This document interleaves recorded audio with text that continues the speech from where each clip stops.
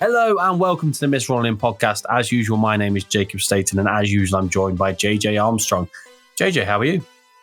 You know what, Jacob? I'm doing all right. The last podcast I said I was gutted at the prospect of potentially losing our manager. I was unwell, but today it's Sunday. Steve Cooper remains in the job, feeling relatively positive about everything, and I'm less ill. Not recovered, but less ill. So we're doing all right. How about you, Jacob? What more could you ask for, my mate? No, I'm really well, thank you. I've had a good Sunday. I'm looking forward to Friday's game, and it's Steve Cooper's birthday. So happy birthday, Gaffer! Happy birthday, Steve Cooper. On that subject, we've got a little video on our YouTube channel, which, for all intents and purposes, or at least to us, is blown up.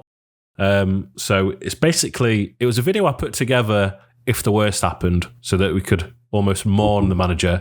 But I thought it was actually a really fitting, timely reminder to actually remember what he's done for us and the memories he's given us.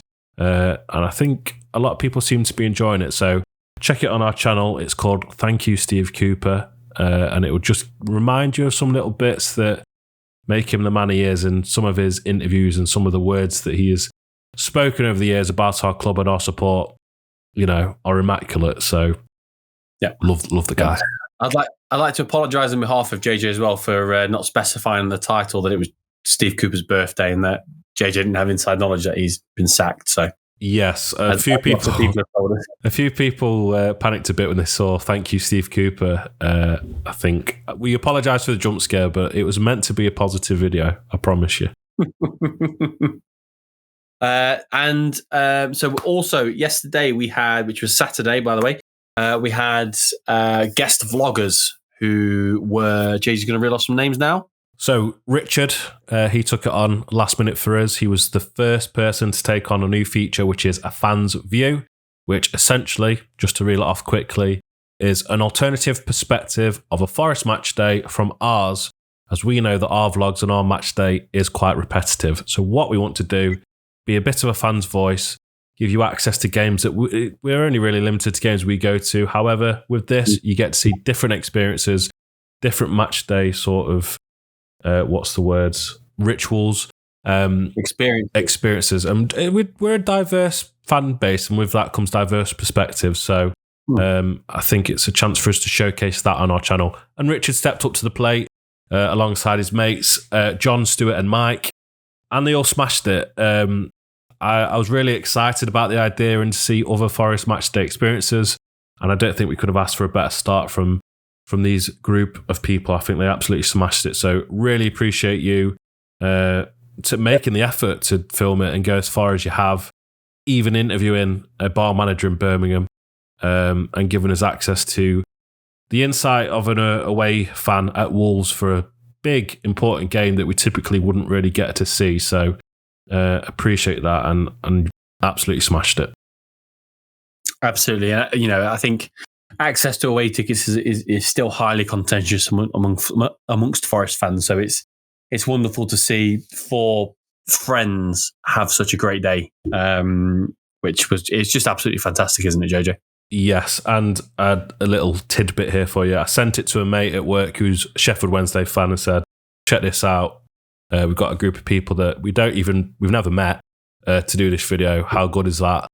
And he basically said that he loved them all. They came across really well. And he said he don't know if he's going to get through the video without crying because they all came across as genuine mates. So maybe he's a bit over emotional. I hope it's okay, but still, it's a positive sign. Great content. And if you're interested in filming and vlogging your match day, send us a message. You don't have to be going to a game. It could be, for example, next Friday, the Ohio Trickies out in America are doing a watch party for the Spurs game, and they'll be filming their experience to give you an insight of how it works overseas. So drop us a message if you're interested. We'd love to hear from you, and we'd love to showcase the diverse perspective of the Forest fan base. Absolutely. Now, speaking of Wolves away, JJ, we started out with 7 changes, didn't we? So rather than telling you who came in, we're going to tell you who survived, and that's Murillo, Toffolo, Mangala, and ELANGA, who all survived. And we made a bit of a change back to a kind of a Cooper preferred 5-2-3 or 3-4-3 with the ball, which I think was a although it may have looked more defensive, was probably more positive given the fact that it's Cooper going back to his preferred formation. And I think that just the general way we set up with the team that we had was although it was more defensive, was much more of a positive place that we started from, JJ. Yeah, I think it's easy to start from a more positive place when you hit as bottom as you did on Wednesday. I think we're at a really low point, so I think any formation or any starting 11 you put out there off the back of that are what you perceive to be willing to fight for the shirt is going to be a more positive place to start. And there was certainly a few surprises in there. Koyate starting, for example, really surprised me. Obviously, Williams came back for his first start. We got Bolly, Niakate, Murillo as a back three. Turner came back in there. So it was certainly an interesting lineup to read. Wasn't too sure how to perceive it. It felt very much like a last-ditch effort for Cooper. But as you mentioned, he's reverted back to a system that he knows is effective in allowing us to grind out points and get points. And for those that are being negative about that, like I wouldn't be. I think it shows tactical nuance because you have to grind out some results sometimes. And we're at a moment in time we do have to do that. So it's effective. I'm sure it's not the way he'll want to play forever. I think that's the reason why we started to transition to this 4-3-3 we've seen in recent weeks. That's not effective because personnel aren't performing as intended to make that effective. So necessary means, isn't it? And the people left on the bench, let themselves down on Wednesday, I think. So I think it was a good balance of basically people that are going to fight for the shirt, people that will fight for Cooper, fight for the fans, and that's all you can really ask for. And ahead of the game, all I felt I could really ask for is just the players to show up and try. I did feel like this was the right personnel to do that. Absolutely. I'm sorry. If it looks like I'm checking my phone, it's because I am, because I'm just checking the Fulham West Ham score, and Fulham have just scored another fifth goal. So it's they beat us 5-0 and they've just beaten West Ham 5-0 as well. So I think there's a bit of context there, isn't there, JJ? There's always context. In the Everton team that was so embarrassing we lost 1 goal to, they've just beaten Newcastle. Beating Chelsea 2-0 right now. Currently beating Chelsea. There's these results happen in football. Unfortunately, they've happened in consecutive games for Forest. Just spat all over myself. Sorry if you saw that. But unfortunately, it like I say, it's come consecutively for us. But sometimes these results get put into perspective when you look at how good some other clubs are at the minute. Yeah. And I think we started the game against Wolves really well. It was quite 50-50. I think it's a pattern that a lot of our particularly away games have followed this season. We got the early goal, which was, you watched the goal from start to finish. It was absolutely fantastic. The ball in from Neco Williams was absolutely phenomenal. And a great attacking prowess from Toffolo at the back post, getting in exactly what Cooper wants his left wing backs to do, isn't it? And then we do that thing where we just sit back and invite them in. And although it looked like we defended that for a long while, they then equalised, which in my opinion was a really good goal, apart from the fact that Niakate didn't track Cunha as he moved back through the box, which I think could have avoided the goal altogether. But I don't think it detracts from the fact it's a good goal. It's a good goal, certainly. I think the key word there, once again, is avoidable. Or at least avoidable in the fact that if you're willing to track your runner and not let Cunha sort of go unmarked, then it gives us a better chance of stopping that being a goal. So avoidable goals just seems to be the theme currently. But you know what? It was still a good goal. It was a good team goal, well worked. They had to get for a lot of Forest players to do so, as we were quite backloaded at that time. But I think that's a good point that you mentioned of the classic Forest way of we score a goal and then we sit back, because I can't for the life of me work out why we do that, because I just feel, I know it's, you can balance it either way, but just if you go for another and then sit back, you might be all right. But just inviting the pressure and being willing to defend for, 70, 60 minutes, I think the pressure's going to increase. And I don't think we did defend for that long. I think we eventually got back into it in the second half, but you give yourself work to do when you're sitting back and just allowing them to sort of come at you. And it has worked in the past. We've seen it work in the past. It certainly isn't enjoyable to watch, but I guess needs must at this moment in time. I think we have to, when we get the ball back, we have to use it almost surgically. We have to use it really well, because we're only going to have it for a kind of a nominal amount of time. And I think that's kind of really pressed home with the Anthony ELANGA not squaring it to Morgan Gibbs-White. And in my opinion, he is fouled by Craig Dawson as he tries to go down the line. So I think I'll let him off a little bit with that, but he definitely should have squared it to Gibbs-White in the centre. But we need to, so when we get the ball back, we need to be really precise in what we want to do. Everybody needs to know where they need to be. And that's maybe what we were lacking in the first half, especially after we scored. But I think the second half, we came out. Sorry, you just made a note. You made a note as well about Kouyaté got booked, didn't he, after Cunha scored for dissent, which is quite silly. Especially you got to consider he's got to walk a tightrope for the rest of the game, but for just a really silly reason. First off, I thought Kouyaté was having a great game. So him getting a booking that early for something a bit silly was frustrating, because I thought, if he changes his game in any way or does walk a tightrope, so to speak, then, he's less effective. For some reason, he didn't walk the tightrope. I think he was like a bull in a china shop. I think he was quite lucky on some occasions. But Kouyaté, I thought, was having a great game, and I'm very surprised at the start of the game to see his name, but credit where credit's due. He really battled, really put in an excellent performance despite the yellow card. But he didn't change his game. He was really effective and really good, and he did have a chance just on the stroke of half-time where he won the ball back, hit it straight at the keeper. And I think, you get anyone else on the end of that and it could be a second, but if you reflect on the overall first half, and you reflect on the fact that we went 1-0 up with a fantastic goal, lovely ball from Nico Williams.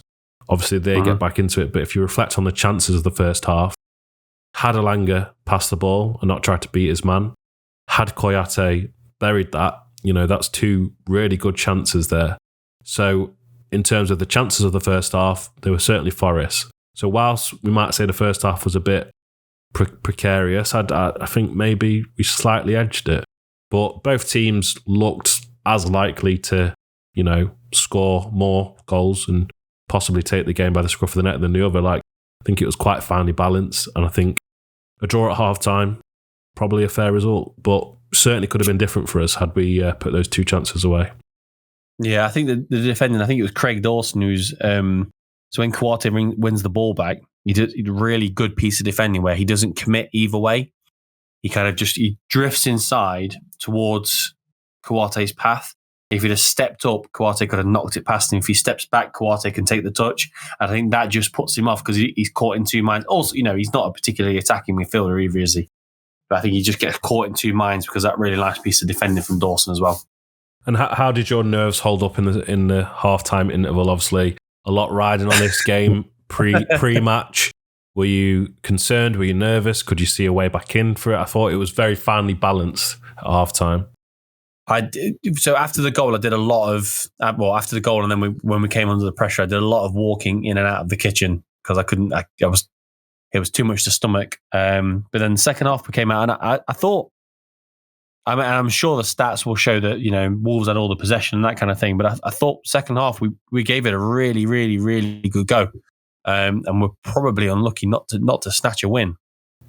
Definitely. We had the chances of the game, and ELANGA hit the crossbar, which was obviously unfortunate, but I think he moved a bit too early anyway, so I think it would have been given offside, which is something he definitely needs to look out for, because you can see these runs and you can see these potential balls in behind and you can see him just moving too early. So that's an element of his game that he definitely needs to work on, because he's got the pace to get there as well. So he doesn't always need to go as early, but hit the crossbar, which was a huge chance.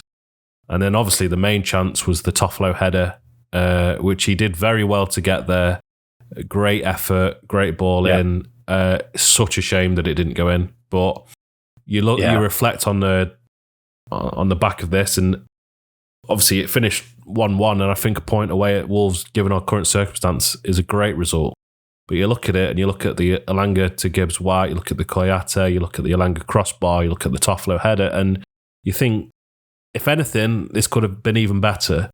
That's how fine the margins are within this. Yep. I think we looked likely to capitalise on it and potentially take the 3 points. Just wasn't working for us.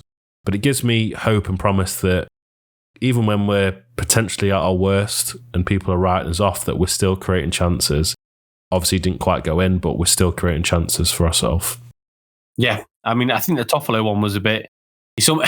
It's that old FIFA quote, isn't it? If anything, he's hit it too well, Clive. I think the effort he puts into getting to the ball has kind of come out of his body and put the ball over the top of the bar, if you know what I mean. If he'd maybe not tried so hard, it might have just glanced him and gone in. Yeah, I think the rest of the half, we tried, which was great to see. We absolutely tried, and good substitutions as well. I've nothing to grumble about, really, I don't think. And this is where part of me got quite frustrated. And it looks like potentially for no reason, but I was just sat there. I was struggling to watch the end because I had a feeling that, this is so Forest if Wolves now score. We've been there before, and sort of the deflation that comes off the back of that. But I was just sort of sat there in my own head thinking, this is not a sackable performance. And I was concerned and worried that because it wasn't a win, and because of all the media circus that had preceded the game and the narrative that had driven the game, that a draw might just still be it for Cooper and that he's still going to go. So I was quite dejected watching the end of the game. I struggled to watch it just because I felt like it was still it. It was still the end of everything. And I felt like, like I said, Wolves, if anything, could get in there and clinch it. But I think to end it, a 1-1 is completely fine. I'll take a draw away at home to Wolves, who are a very good side under Gary O'Neill, any day of the week. And what I'll take more over that is the fact that there is a group of players on this pitch that showcase that they could fight for the shirt and try. And that's all you can ask for, the players to show up. And that's why there was a lot of anger and criticism floated towards the players on Wednesday. I think that's why it was the right thing to drop a lot of them.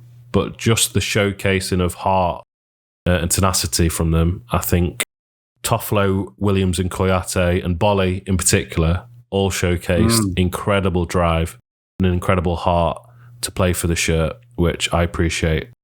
So we can talk about their performances, and then we can talk about Steve Cooper's collapse at the end, because that was another moment that sort of got me down as well. Yeah, I mean, I think performance-wise, I think for me personally, I think Oro Mangala was absolutely sensational. He did a bit of work where he's pirouetted. He's done the Zidane or the Rivaldo, whichever way you like to call it, over the top of the ball, and it really helped us to break in the second half. And he's really, really growing into this centre midfield role for us now. And don't get me wrong, I thought he was good last season, but I didn't think he'd ever get to this good, if that makes sense. So that's really, really nice to see. And he's starting to control games, I think. Yes, and I think this is going to apply to the likes of Sangare and Dominguez as well. And when we sort of voice our concerns or frustrations at Sangare, that's not to say that I don't think with time he can turn it around. He's a very talented player. We've seen it. There's a reason he is so, highly wanted over Europe, and various clubs wanted him. It's because he is a talented footballer, and I've seen him play, and he is great. It's not working for him at the minute. It's a new league. It's a tough league to get into. You look at Mangala last season, and I thought he was good, but he still had his critics. A few people didn't know what type of player he actually was. He was a bit of a jack of all trades, master of none. That's what a few people have said. I thought he was great. But this season is another level because he's adapted to the league. It's his second season. He's going to be more comfortable, more confident. And I think he's showing that. And he's a brilliant player, and, he can get himself out of tight spaces very effectively.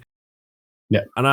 And Sangare deserved to be dropped, I think. Dominguez deserved to be dropped, I think. They had stinkers against Fulham. but that does not mean that I'm writing them off and that at some point in their future they're going to be better. They're not going to be better, sorry. They are going to be better. They'll be better for it. This is an experience and they'll get there. And I think Mangala is testament to that with time, patience, and just comfortability, you become a better midfielder. So he's been exceptional this season, and I think he's an early contender for Player of the Season, which is, obviously a great attribute to have for the lads. So he played well. Toffolo and Williams sort of being our most prominent fullbacks, I never would have really guessed at the start of the season. Yeah. Obviously, this is Williams' first start. It could all change next week. It's one game, but I think he's shown more passion and more drive in that one game than most Forest players have shown all season. So he had a world-class performance, I think. World-class maybe too strong, but he was brilliant. And then Toffolo, credit to the shirt. And again, something I didn't really think I'd say because I thought he came in as backup and a bit of a stopgap or a bit of a signing to help Lewis O'Brien get over the line. And the way that he's carried himself over recent weeks, the way that his family have taken to the club, the way you see on behind-the-scenes video, the way he reacts and interacts with Forest fans, and particularly young Forest fans, I think he's a credit to the shirt. I will talk about his post-match interview after Cooper's collapse, but I think that also backs him up. So Williams, Toffolo, Koyate, Bolly had a great game. Mangala, Gibbs-White had a good game, really strong. Really pleased to see that the players fight for the shirt. Yeah, I'm struggling to think of anyone who didn't play air quotes well. ELANGA. If not standing. But also he's being asked to play up front. He was a threat. I'm not saying he played particularly well, but he was a threat. I think Gibbs-White, whilst we didn't really see the quality we wanted to see from him, the effort was definitely there. He was definitely playing for his manager. He definitely shows a lot of love for Steve Cooper. But yeah, I can't. I don't think anybody deserved less than a kind of 6 out of 10. I don't think. No. I think ELANGA was more frustrating than bad. I don't think he was bad. Yeah. He played well. It just, a few decisions weren't quite there. But you know what? If I'll take it over the performance that some people put in on Wednesday, I'll take what ELANGA did all day long. Yeah. I think it's much easier to stay on side when you're out on the wing, isn't it? Because you can look straight down the line as opposed to being up front. But yeah, he's that fast that instead of being half a yard offside, he should be half a yard onside because he can make it up. But if him playing up front is something that's going to persist, and it's absolutely something that he needs to work on, and hopefully he will. But it'd be interesting. It's one of those things of, if we get to January and Cooper's in charge, I'm interested to see what we do around the Taiwo situation. Because obviously we'll be going to the African Cup of Nations as soon as he's fit, won't he? Or are we? Well, what? I don't know what the circumstances are with AFCON. Like, if he's injured ahead of the squad being announced and it starts, could he then play for us and not go out there, or will he join halfway through? That's like, what's the same as the World Cup? Exactly the same as any international tournament. Basically, we need Taiwo back. So yes. Well, apparently, Onana's not going, is he? Because he knows that if he goes and United sign a replacement keeper, he won't get his place back. So he's going to choose not to go. He's Cameroonian, isn't he, Onana? Yeah, choose not to go or not picked because he's terrible. Whatever one you want to. Whichever one you want. Anyway, moving on. Moving on, and I think let's move on to the applause at the end, Jacob, because whilst I was sat there debating whether or not this is it for Steve Cooper, you looked at your TV screen and you saw a man clapping the away end with tears in his eyes. He looked quite emotional. How did that make you feel? It made me feel thankful, if I'm being honest, that we have a manager that cares that much. I was unfortunately at a game many, many moons ago where we lost 3-0 to Burnley when Billy Davies was in charge. And I think that was the real turning point. I think it was his second spell when we had Jamal Abdoun and that kind of team. He went straight down the tunnel. And to get to the tunnel at Burnley, it's underneath the away fans. So he walked past us and straight into the tunnel. No claps, no cheers, no nothing. And I just think, you look at Steve Cooper, and regardless of the result, he gives the same response to the fans, and it's always a thank you. I personally saw a manager saying thank you for the unbelievable support he's had, particularly over the last 10 days. JJ, what did you see? I think this showcases the difference in personality. The glass half full, glass half empty. You saw a manager grateful for the support. I saw a manager in floods of tears because it's his last ever show and that's it, game over. See you later. Is what I read that as, but I think I think it's just a credit to him how much he has taken the fans in and has appreciated their support. He's never taken it for granted. Most interviews, he attributes the fans being the people that helped them team get over the line. And when I was editing the Steve Cooper video that's on our channel, I was watched a lot of post-match interviews that he gave, and his sort of almost like compassion for the fan base and understanding that this isn't just a game of football, it goes deeper than that. And you're not playing for him, you're not playing for the club, you're playing for the people out there that are paying money, that they're going to exist before you play for Forest and they're going to exist after you play for Forest. And, his recognition of that, I think, is really special. And it's reciprocated as well. Like, the respect goes both ways. And you see a lot of, or not even a lot, you see a few people online, towing the Cooper outline and being negative, consistently negative. And at some point, just fucking smile and give yourself hope, because it must be damaging to be that negative. And I've just talked about myself being glass half empty. Fuck me. There's no glass there for them. It must just get exhausting being that negative all the time. But that's the small minority online. The match-going fans largely are there in support of Cooper, backing him, singing his name, showing that they care for him, showing why they want him, and they've kept him in a job a few times because the respect goes both ways. So whilst I maybe misinterpreted his intentions with his emotional appearance, I'm very thankful that it wasn't a goodbye. And the thing that was really needed at that time for a lot of the fan base that felt the same way as me, that it could be a goodbye, was the interview that Harry Toffolo did. Jacob, talk to me. Yeah, he covered himself in glory, really, didn't he? And the club and Steve Cooper. The way he said that they're going to fight for the, they all let him down basically against Fulham, which, as you can see by today's result against West Ham isn't hard to do. But yeah, I think it's just the way he's come out and said it, and I think a lot of people have said this as well, is like, it's very captain material if the rumours to believe that Joe Worrall is leaving. He spoke very well. He clearly meant what he said. He's somebody who's coming after the promotion as well, so it's nice to hear that he's having that effect on players who are in a relegation battle as well as players who are winning. It's very easy to win hearts and minds when everything's going your way, isn't it?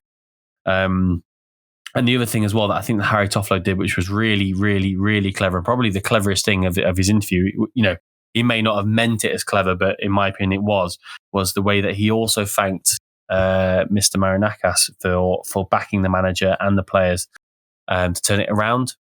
Now, I'm not saying that he wouldn't make a decision, as in the owner, make a decision based on that interview, but if he listens to that, he's either going to be pumped up because a significant player at the club has come out and said thank you for backing us, or he's going to think I'm going to look a fucking mug because he's saying that this was my decision type thing. So it just feels like a really clever line at the end of the interview. Yeah, he definitely covered himself in a lot of glory. It was an exceptional interview, very well spoken, like you said. And I think you read a lot about Cooper's lost the dressing room this, Cooper's lost the dressing room that, and that to me does not come across on that. And particularly when there was another interview with Gibbs White and Toffolo on Sky Sports, both laughing and joking, both saying they've got the love and backing of the manager. So yeah, it doesn't seem to me like he's lost the dressing room, and I think it's a really honest and transparently honest interview from Toffolo there, and I think he did a great job. And I think what it's done is that's come out at the right time to just sort of quell and quash any fears of dressing room being lost or the players not caring for the shirts or the manager. I think it's a really well-timed interview that we certainly needed as a fan base at that moment. So really appreciate him for doing that off the back of another performance from him that shows that he cares for the shirt. So if Worrell does go in January, captain material for me, 100%. You want someone like that as a voice of a club who well represented and cares and is brought into the ethos of both the club, the manager, and the fan base. So to me, he feels captain material. He doesn't for me, but that's because I have a system for picking captains, if that makes sense. So I think you have to have the person who's captain has to be a regular starter, has to be kind of top 5 on the team sheet, which Toffolo isn't. Well, he is at the moment. And then they also, At the moment, though, I think if somebody said in January we could have Ren and Loddy back, I don't think anybody would say no, would they? And then he's not going to be a top starter. Just saying. And I think the other two bits are they either have to be the best player or they have to be a leader. Now, I think Harry Toffolo's a leader. I just don't think he's a regular starter. That would be my personal qualm. I look at Harry Kane. I don't particularly see a leader, but I see somebody for England who's going to play every single game and who is probably the best player on the pitch. That's why he's captain, if you know what I mean. But yeah, I absolutely get the point. I think his performances have been fantastic. I just think there's always going to be that kind of we need new fullbacks around him and Harry Toffolo and Neco Williams. Sure. I don't have quite as an exhaustive list of criteria for a club captain. All it is one box. It says gives a fuck, and he ticks that very well. So him and Yates as club captains representing us, I think we could do a lot worse. Whether he is or not doesn't matter to me, but I'm just saying if he was given the armband, I think he would be a credit to that position. I think picking a club captain if Joe Worrell leaves it is potentially a bit of an issue for Cooper because who do you pick? Let's just play my game of the criteria. It has to be a regular starter, and it has to be either the best player at the club or it has to be somebody who, as you say, gives a fuck. So Morgan Gibbs-White. I think Morgan Gibbs-White is probably the only one that fits the appropriate categories, but I'm not necessarily certain I see him as captain material. But I think it's an interesting conundrum that Cooper has if Worrell leaves. Or whoever's managing. And if he survives to January. Yes, which is of course. Maybe the more contentious point, but yes. But he has survived, JJ, until Friday, which is Tottenham Hotspur at home, which last season we lost 2-0, 2 Harry Kane goals. And I think it was a general consensus as well that it was only the fact that they had England's greatest ever goal scorer on the pitch that lost us that game. Because it's still in my head, it's still one of those games where I think we played absolutely fantastically. They've got a huge amount of injuries at the minute. I think I know for a fact you're a huge Postecoglou fan, as I am. It's going to be a great game, and I think it's going to be a loud game, and I just can't wait. JJ, how about you? Yeah, I'm very excited for it. Spurs are in a bit of a weird patch at the minute where they're very much the media darlings and Andrew's getting a lot of media praise, but they're not doing too great. Some results recently haven't gone their way and they've got a few injuries and they're persistent in their style of play, which has taken some criticism. So I think this could be, or if we weren't in a position of looking like we're heading on a bit of a downward spiral, could be a good time to play them. But I'm sure they'll be looking at us and going, this is the perfect time to stop our rot and play Forest. Now, this comes with the caveat of we're recording this just before they're about to play. So they might be... They've literally just kicked off. So they might beat Newcastle. It might stop the rot, might give them a bit of confidence. You don't know. Newcastle have just lost to Everton. So, these things happen. Got whooped as well. Equally, Newcastle might be... At this moment in time, we don't know the result of this game. What we do know is that they play the same way each time. They've got injuries and they play a high line. And we've played against a team with a high line in Aston Villa before, and we were really effective. We don't have that personnel available, unfortunately. Taiwo isn't here anymore, but we know how to play against a team like that, and we know how to be effective against that. Really know if we're going to play the same system we played against Villa, or whether we're going to stick to this new or old system of having sort of 5 at the back. But still, it's going to be interesting. I think it's going to probably be quite a back and forth game. I would like to be hopeful that the atmosphere on that day, because Cooper's getting one, or at least it looks at this moment in time like he's getting one more shot at it at a home game, that the atmosphere is going to be phenomenal and that we're all going to be there singing in support of Cooper. So that when that happens, when Forest's backs up against the wall, the atmosphere is rocking against what is perceived to be a big club. And we want to showcase our support and backing for Steve Cooper. I think sometimes special things happen in that regards. And I think these players in front of the home fans, they're going to want to make up for Wednesday as well. They want to sort of capitalise off the back of what is a more positive performance. So I think it's a great chance for us to go at them and try and get something. That positivity doesn't extend for me as far as a win. I think we might be able to grind out a draw. And I think if we did, that's a really positive result. That's how I see the game going. I think we can grind out a draw. And I just hope Brennan Johnson doesn't score. Give me a score. 1-1. I'm going 1-0. I'm going 1-0. Mainly because I don't want to see Brennan Johnson score, man. That'll break my heart. I'm going 1-0. I just think, and it's mainly to do with, they've got a lot of injuries, the way they play, how well we played against Villa. I think it'll be a very similar game to that. I think we'll still play the 5-2-3 or the 3-4-3 formation. But yeah, I can just see us snatching something with the atmosphere on a Friday night. People have had an extra couple of hours drinking and that kind of thing. I think it'll be an absolutely raucous crowd at the City Ground, and I think we'll snatch a 1-0 win. Yeah, I'm really looking forward to it. I've got the day off work, the entire day off work. Jacob's got the entire day off work. We're going to be meeting up. We're going to be having a few jars before the game. We'll eventually make our way to Poets Corner. So if you're there, say hello. The best pub in Nottingham pre-game. So I think it's got all the potentials and all the makings of a special night under the lights. So fingers crossed, we can bring the atmosphere, the players can bring the performance, and we can just put all this stuff behind us, please. Absolutely. So if you're listening for the first time, thank you very much for finding us. We really, really appreciate it, especially if... as we've had lots of new subscribers and that kind of thing this week. And if you're listening if you come back again and again and again and again and again, we love you very much, don't we, JJ? We do. And go on, JJ.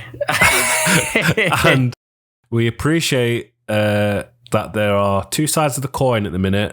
But it looks to me, based off people that are commenting on our videos, that one side of the coin is heavily weighted in the favour of Cooper in. So appreciate reading people's comments that massively outweigh the Cooper out negative comments, and keep that coming, because we need to be united as a fan base at the minute. There are some disillusion. I can see why. I'm not saying there's no reason why they're not. Yeah, but I completely get the whole.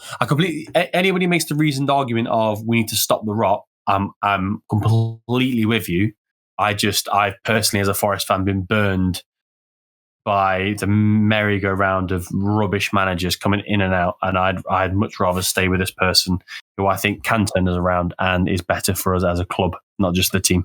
And that's why I'd just like to say, keep the faith, keep the unity, ignore the ones that are just shouting at you for now. Yep. Let's just show that this Forest fan base is different to other clubs by backing a manager when they're in perceived trouble. So, yeah, you Reds. You Reds.